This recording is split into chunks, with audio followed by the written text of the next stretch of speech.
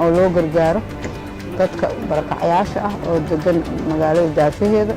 mar walba inaan meel tagno kadibna aan u gargaarno waxyaabaha aan ugu gargaari doono waxaa ka mid ah adeeg caafimaad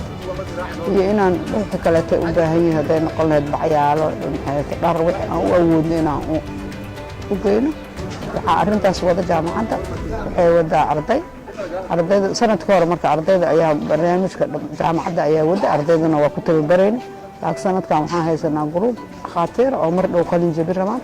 gruubkaas ayaa ayaga maxay ahayd maanta aan xilka ku wareejino si ay ayagana u bartaan wixii dadka ay u qabalaan maadaama dad barakacayaal oo dad masaakiin ay yihiin dhakhaatiir marka labada ujeedoonka leenahay tan ugu horeysa waa inay horta dadka loogu gargaaro tan labaad inay ardayda nafsigooda wax ku bartaan ha ahaato cilmiga iyo xataa maxay ahayd mas-uuliyad inay dareemaan si ay dadkooda wax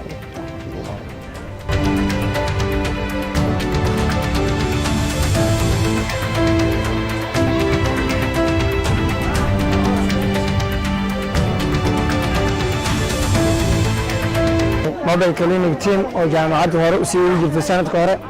inaan dib u bilaawno saaka waxaan joognaa magaalada muqdisho banaankeeda waxaan u imaanay walaalaheen Soomaaliyeed dhibaataysan awoodin inay magaalada muqdisho imaadaan goobaha caafimaadka ee barafadada tagaan ay isku daaweeyaan waa mas'uuliyad qayb ka mid ah mas'uuliyadaheena aan wax u baranay inaan dadkeena iyo dalkeena aan wax u qabanno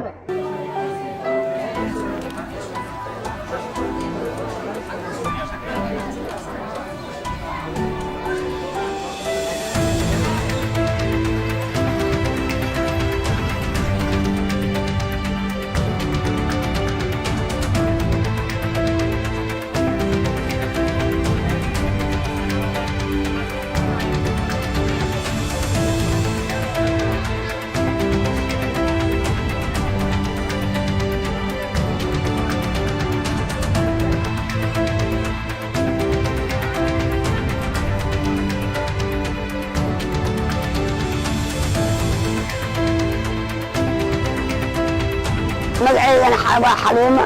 Bare Maxamuud ardadan waan soo ayagoo ah